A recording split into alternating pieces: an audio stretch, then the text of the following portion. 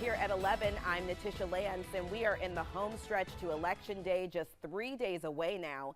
Both candidates are crisscrossing the country, specifically in a handful of battleground states, like right here in North Carolina, that will likely decide the outcome of this race.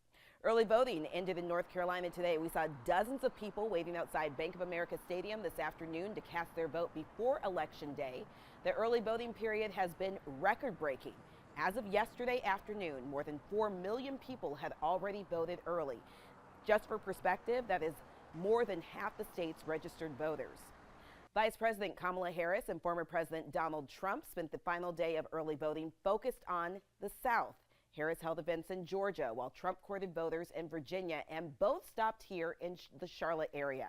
Both candidates making a big push to win over undecided voters or those who have not yet cast a ballot. And I'd like to begin by asking a very, very simple question. Are you better off now than you were 4 years ago? I don't think so. And that was former President Donald Trump during a rally in Greensboro tonight, his second rally in North Carolina today. His first stop was in Gastonia, a county that typically votes Republican.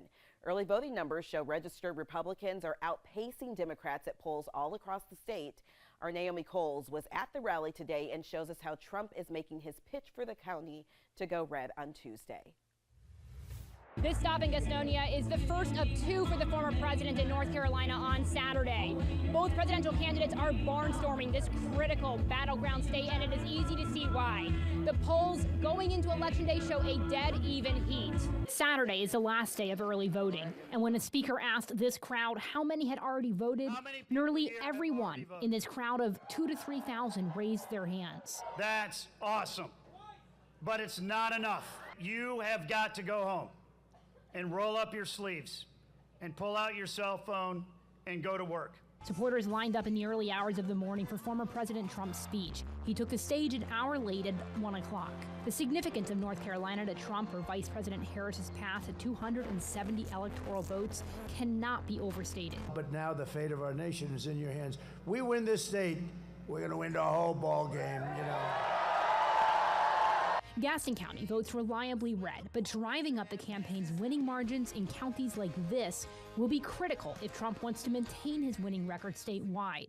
He won the state in 2020 by just 75,000 votes. That's more than 100,000 fewer than he won by in 2016.